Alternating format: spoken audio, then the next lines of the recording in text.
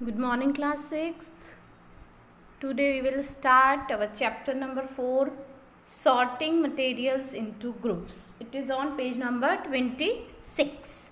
Sorting materials, sorting मतलब छांटना, चीज़ों को अलग अलग करना. किस में अलग अलग करना? ग्रुप्स में डिवाइड करना. तो चीज़ों को ग्रुप्स में डिवाइड करना, इसके बारे में हम इस चैप्टर में पढ़ेंगे.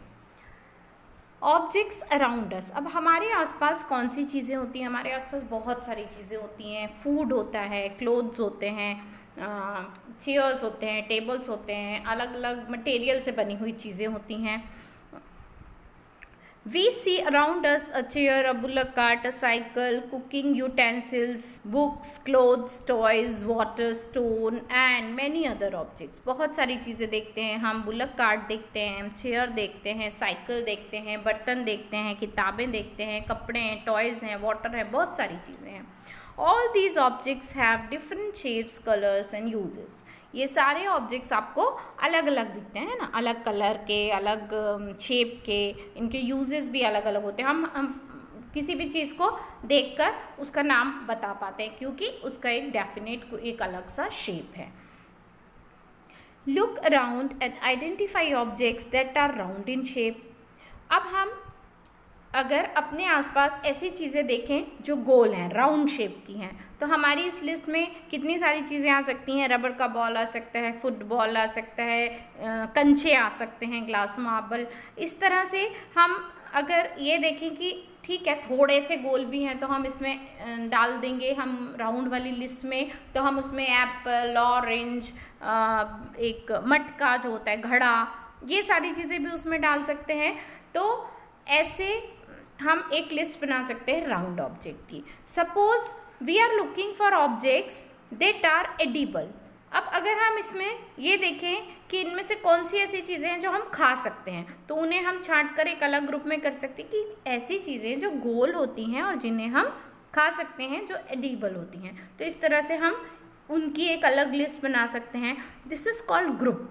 ये क्या है? ये ग्रुप्स बनाना हुआ. अब हम ग्रुप्स बना कैसे रहे हैं? हम चीज़ों को सॉर्ट आउट कर रहे हैं उनके यूज़ के हिसाब से या उनके शेप के हिसाब से. Let us say we wish to make a group of objects that are made of plastics. अब हम एक ग्रुप, ऐसा ग्रुप बनाते हैं, हम ऐसी लिस्ट बनाते हैं जिसमें प्लास्टिक से बने हुए हमें सारे आर्टिकल्स डालने हैं. तो प्लास्टिक से बनी हुई बहुत सारी चीज़ें होती हैं हमारे घर में. बकेट्स होते हैं, बाल्टियाँ, लंच बॉक्सेस होते हैं जो आप स्कूल ले जाते हैं, टॉयज़ होते हैं, वाटर कंटेनर जो टंकी होती है पानी की, है ना, पाइप्स होते हैं. ऐसे घर में चेयर्स होती हैं प्लास्टिक की, मग्स होते हैं, बहुत सारी चीज़ें होती हैं जो प्लास्टिक से बनी हुई होती हैं जिन्हें कि हम अपनी इस लिस्ट में डाल सकते हैं. तो इस तरह से हमारे पास बहुत सारे तरीके होते हैं जिससे कि हम ऑब्जेक्ट्स को ग्रुप कर सकते हैं, उनको अलग अलग ग्रुप्स में डिवाइड कर सकते हैं. वो उनके यूज़ के बेस पे हो सकता है, वो उनके कलर के बेस पे हो सकता है, वो उनके शेप के बेसिस पे हो सकता है, साइज़ के बेसिस पे हो सकता है. तो ऐसे बहुत सारे तरीके होते हैं जिससे कि हम ग्रुपिंग कर सकते हैं चीज़ों की. All objects around us are made of one or more materials. हमारे आसपास बहुत सारे अलग अलग मटेरियल से चीज़ें बनी होती हैं. जैसे कि ऊपर में हमने देखा कि हम प्लास्टिक की चीज़ों को अलग करते हैं, ऐसे हम मिट्टी से बनी हुई, मेटल से बनी हुई, कांच से बनी हुई, पेपर से बनी हुई चीज़ें अलग अलग कर सकते हैं. कॉटन से बने हुए चीज़ों को अलग अलग कर सकते हैं. आपने 3rd चैप्टर में फाइबर के बारे में पढ़ा था. कॉटन की चीज़ें, वूल की चीज़ें, ऐसे हम अलग अलग ग्रुप्स में इनको डिवाइड कर सकते हैं. यहाँ पर एक एक्टिविटी है, ये मैं आपको थोड़ा समझाती हूँ. इस एक्टिविटी में क्या करना है, हमको जितने भी हमारे आसपास, हमारे घर में, घर के बाहर हमको जो चीज़ें मिल सकती हैं उन्हें हम कलेक्ट करते हैं. वो कुछ भी हो सकता है, घर की चीज़ें हो सकती हैं, chalk, pencil, notebook, book, wheel, bat, जो आप खेलने के लिए सामान यूज़ करते हैं, वो कुछ भी जो चीज़ें आपको अपने आसपास मिलती हैं आप उन्हें कलेक्ट कर सकते हैं.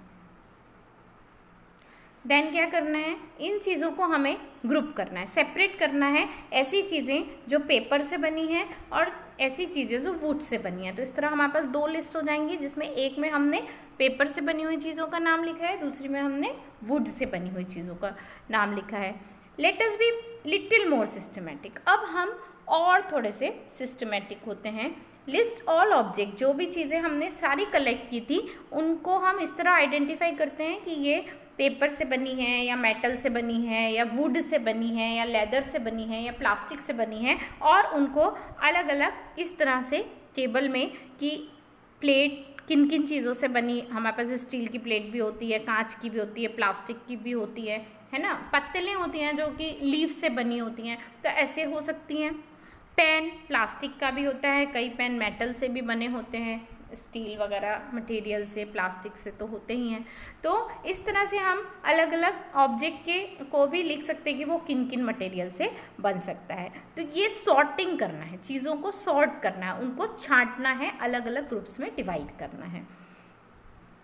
इधर एक सेकेंड एक्टिविटी दी है, list some common material. You can also add more materials in column 1 that are known to us. जो हमने column 1 में किया था उसको हम दूसरे तरीके से भी लिस्ट आउट कर सकते हैं। कैसे कर सकते हैं कि हमने यहाँ पर मटेरियल का नाम लिख लिया, यहाँ पर हमने पहले चीज़ों का, ऑब्जेक्ट का नाम लिखा था और वो किन किन मटेरियल से बन सकती हैं वो लिखा था। यहाँ पे हम मटेरियल का नाम लिख लेते हैं एक टेबल में, एक कॉलम में, वुड, पेपर, लेदर, प्लास्टिक, जो भी मटेरियल हमारे पास है वो किन किन चीज़ों से बने उनका नाम लिख लेते हैं। फिर हम देखते हैं वुड से बनी हुई क्या क्या चीज़ें हैं हमारे आसपास, पेपर से बनी हुई कौन सी चीज़ें हैं, लेदर से बनी हुई कौन सी चीज़ें हैं, प्लास्टिक की कौन सी चीज़ें हैं, उनके नाम हम इसमें लिख सकते हैं। तो हम अलग अलग चीज़ों को अलग अलग तरीके से भी ग्रुपिंग कर सकते हैं। फर्स्ट ग्रुप में हमको क्या मिला, हमें पता चला कि जो हमारे आसपास जो चीज़ें हैं, जैसे चेयर है, चेयर हम लकड़ी से भी बना सकते हैं, प्लास्टिक से भी बनी हो सकती है, या फिर मेटल से, लोहे से बनी भी हो सकती है।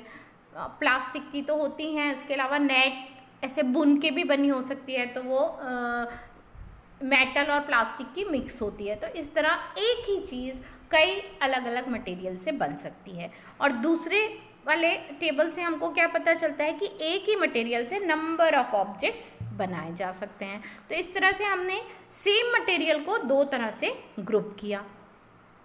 तो इससे सिंपली हमको ये पता चलता है कि हम एक ही चीज़ को बनाने के लिए अलग अलग तरह के मटेरियल यूज़ कर सकते हैं और एक मटेरियल से कई तरह की चीज़ें बना सकते हैं। अब हम प्रॉपर्टीज़ ऑफ मटेरियल है कि उनकी क्या ख़ास प्रॉपर्टीज़ होती हैं, उनके बारे में हम नेक्स्ट वीडियो में स्टडी करेंगे।